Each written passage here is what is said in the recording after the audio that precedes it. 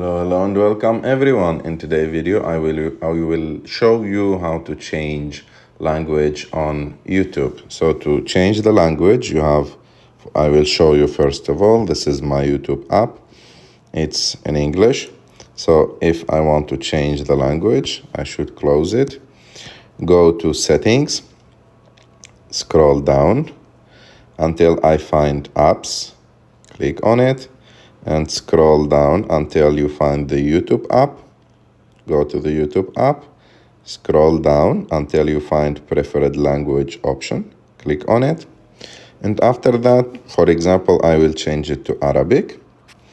And I will go again to YouTube and open it. And as you can see, the YouTube changed to Arabic. And I can also change YouTube and put it back to English. And go to open YouTube again, and YouTube is again on English language. I hope that you like this video. If you like this video, don't forget to subscribe to our channel, to like this video, and see you in the next one.